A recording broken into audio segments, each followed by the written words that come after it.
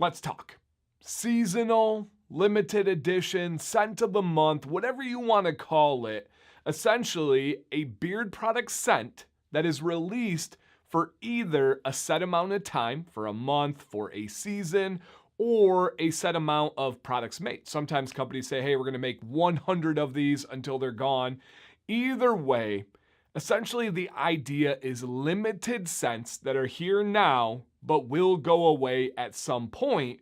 They've already been popular in the beard product industry, but they seem to be even more popular with more companies adopting seasonal, limited, or scent of the month. And I want to talk about it. There are pros and cons to this approach, and it all comes down to what fits you the best. If this sounds like a discussion you're interested in hearing my view on, chiming in yourself in the comments, and or hearing from others, hit a quick thumbs up on the video. And if you like talking beard stuff, come on, man, subscribe if you're not already. It's free. This is a channel where we take pride in including everybody and just having a healthy conversation. Shout out to those returning subscribers. Let's kick it off right away with the cons. I want to hit you with, for me, the main con that comes to mind when it comes to seasonal or limited is FOMO. If you're not familiar with that phrase, it's the fear of missing out. And I get it. You hear a scent and it just sounds like it was made for you. It just sounds like it's the perfect scent for that time of year. However, your economic situation isn't looking like it's the best for that scent. You know what I mean? Like you're getting by, you're doing all right, but adding another beard product cost or purchase or expense to this month might not be the best time. And so it hurts, right? It's a company you love. It's a scent profile you know you're going to enjoy, but it's just not possible. I get that. That absolutely is a con, where if something is a mainline, you know it's there. You know you're going to be able to get it once your economic situation comes around. And it is very personal, right?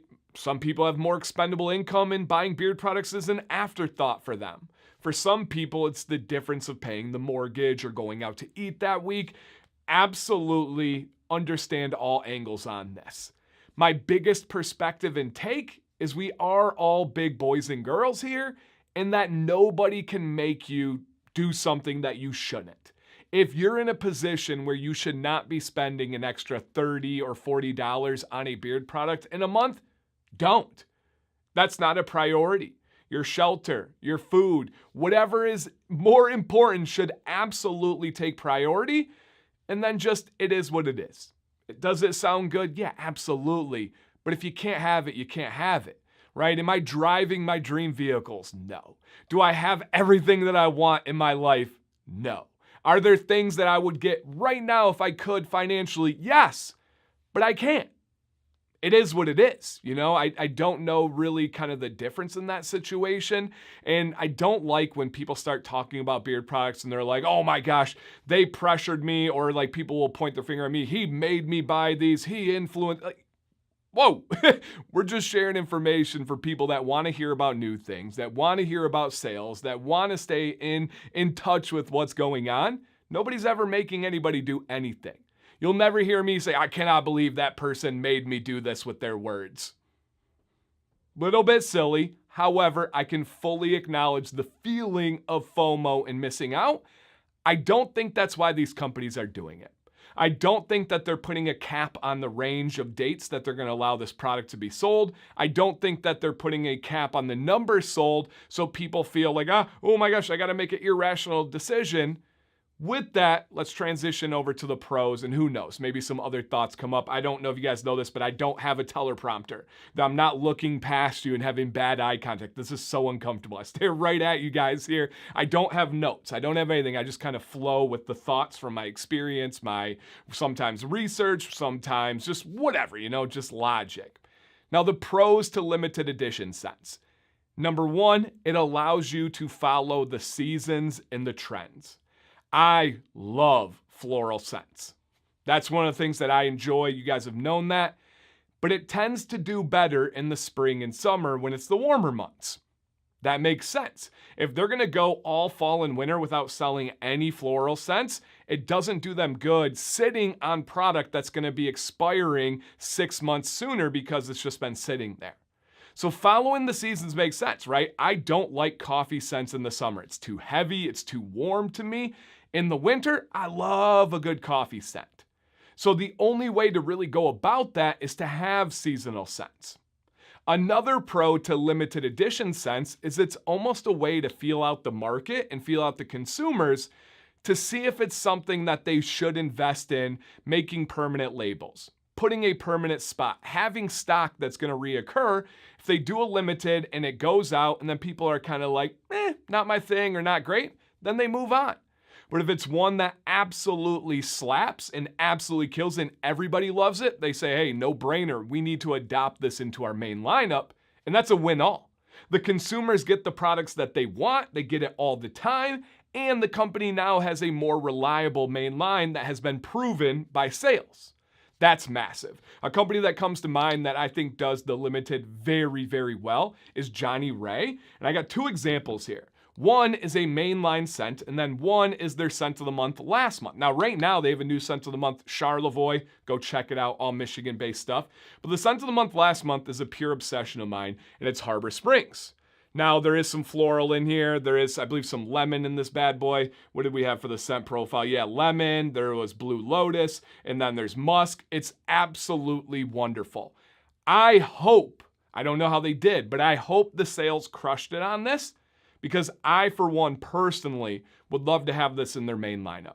For my personal use, but also my recommendations, right? When people come to me and say, hey, Dan, I like a little citrus, I like a little bit of floral, but I'm also a man and I want something a little bit like stronger, this is gonna be one. Oh, it's all essential oils, all natural. I wanna be able to recommend this. Now, if it's a limited, I can't do that for very long. Like right at the time of this video, sincerely, I don't know if it's available. You'd have to check the website.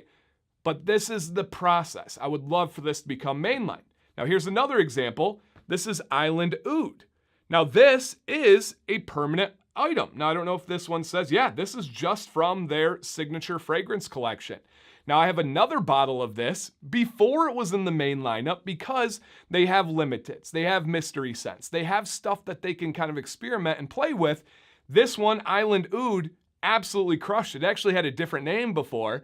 But the feedback on the limited version was so outstanding, Johnny Ray didn't have a choice. It was demanded that this was put into the main lineup, so they made the permanent labels. They made a new and better name that fit it, and now you can pick it up at any time. That is such a good aspect for everybody when it comes to the limited and comes to the seasonal. Figuring out what people want and then making it available. Because if a company heavily invests in a scent that they think is gonna kill it, and then the market does not respond, that's not good for the company.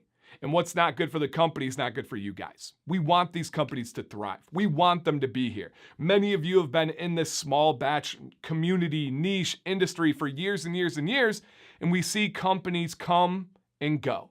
We fall in love with companies and then they go.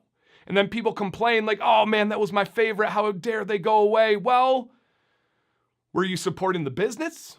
If it's thriving, if it's profitable, they're gonna stay. But if it's stuff that's hurting them, then that's what happens, they go away. So just something to keep in mind. I know it's natural to complain about prices. I know it's natural to complain about FOMO. I know it's natural to complain and want this and want that. But if you love a company, you have to support them for them to stick around. And for me, a safe way to do that is by companies using limited edition, scent of the month, seasonal scents. And to kind of wrap it up, I think those are the main pros and cons. I would love to hear your thoughts. Are there other cons on the limited and seasonal that I'm not thinking of right now?